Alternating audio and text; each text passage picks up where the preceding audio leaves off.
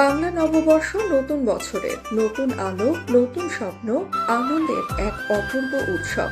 পহেলা বৈশাখ উপলক্ষে এবারও পুরো বাংলার গ্রাম, শহর, নগর, বন্দর জেগে উঠেছিল এক বর্ণিল উৎসব মুখর পরিবেশে।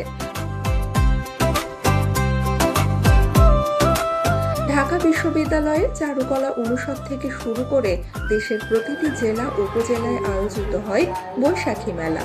বরাবরের মতো চারুকলার রঙিন বৈশাখী শোভাযাত্রা এবারও ছিল উৎসবের অন্যতম আকর্ষণ। বিশাল হাতি, ঘোড়া, মুখোশ ও নানা প্রতীকী শিল্পকর্ম নিয়ে মানুষের অংশগ্রহণে তৈরি হয়েছিল এক অসাধারণ আনন্দঘন পরিবেশ। শহর কিংবা গ্রাম সবখানেই ছিল বৈশাখী মেলার আয়োজন। গ্রামীণ ঐতিহ্যের নানা পণ্য, মাটির হাঁড়ি পাতিল, বাঁশ ও বেতের তৈরি ঝুড়ি, কাঁথা, শীতল পাটি, খেলনা, পুতুল সব মিলিয়ে যেন বাংলার হারিয়ে যাওয়া ঐতিহ্য আবারও জীবন্ত হয়ে উঠেছিল। কুটির শিল্পের নানা পণ্য ও মেলায় স্থান পেয়েছিল, যা গ্রামীণ অর্থনীতিতে সবসময় প্রাণ সঞ্চার করে এসেছে।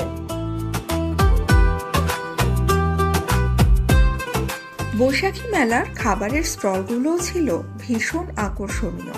পান্তা ভাত ও ইলিশ মাছ, ভর্তা ভাজি, চিড়া, মুড়ি, গুড়, নারকেল নাড়ু, বাতাসা, জিলাপি এসব খাবারের স্বাদে ভরে উঠেছিল পুরো উৎসব। গরমের মধ্যে স্বস্তি দিতেছিল ঠান্ডা লেবুর শরবত আর আখের রস। শিশুদের পছন্দের হাওয়াই মিঠাই তো ছিলই।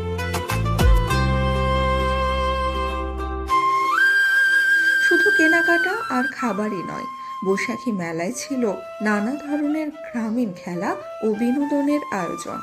লাঠি খেলা, হাডুডু, দড়ি টানাটানি, নৌকা বাইচ, কুস্তি প্রতিযোগিতা দর্শকদের ফিরিয়ে নিয়েছিল গ্রাম বাংলার শিকড়ে। শিশুরা মেতে উঠেছিল নাগরদোলা, সার্কাস ও পুতুল নাচ নিয়ে। বৈশাখী উৎসবের আরেকটি আকর্ষণ ছিল সাংস্কৃতিক অনুষ্ঠান।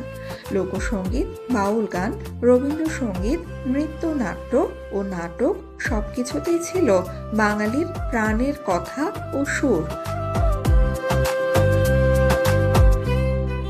বাংলা নববর্ষ শুধু একটি দিন নয়, এটি আমাদের সংস্কৃতি, ঐতিহ্য আর ঐক্যের এক জীবন্ত প্রতীক, যা আমাদের শিকড়কে আরো দৃঢ়ভাবে মনে করিয়ে দেয়।